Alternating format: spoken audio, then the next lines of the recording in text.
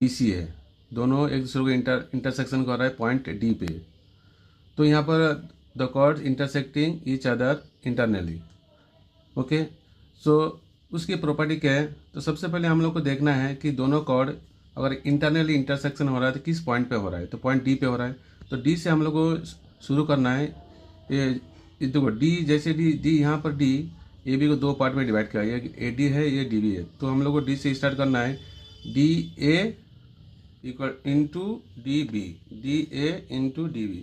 फिर दूसरे जो कॉर्ड है उसका भी दो पार्ट लेना है, लेकिन ध्यान रहे कि जिस पॉइंट में इंटरसेक्टिंग हुआ उसी पॉइंट से स्टार्ट करना है। तो DP इंटू DC, ठीक है। ये है chord intersecting each other internally property. तो ये भी हम बताते हैं कि इसका सम्स में कैसे यूज करना है। तो सबसे पहले यहाँ पर जाओ, देखिए AD का वैल्यू दिया है 7, BD का वैल्यू दिया है 10 और PD का वैल्यू दिया है 8, और हम लोग को फाइंड आउट करना है DC। तो अभी यहाँ पर जो ये प्रॉपर्टी है वही property by using the property of the above, ये वाला प्रॉपर्टी यूज करना है। तो ये प्रॉपर्टी फिर से हम लिख देते हैं, DA into DB equal to DP into DC।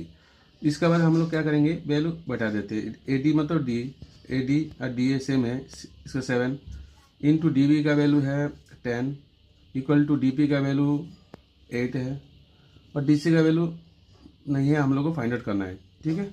तो यहाँ पर मल्टीप्लाई करते हैं तो 70, और इसको अगर DC 8 इंटू DC, इसको 8 को हटाते हैं तो यहाँ पर आके डिवाइड हो जाएगा इक्वल टू DC। तो इसको 70 को अगर डिवाइड करते हैं 8 से तो आंसर आ रहा है 8.75।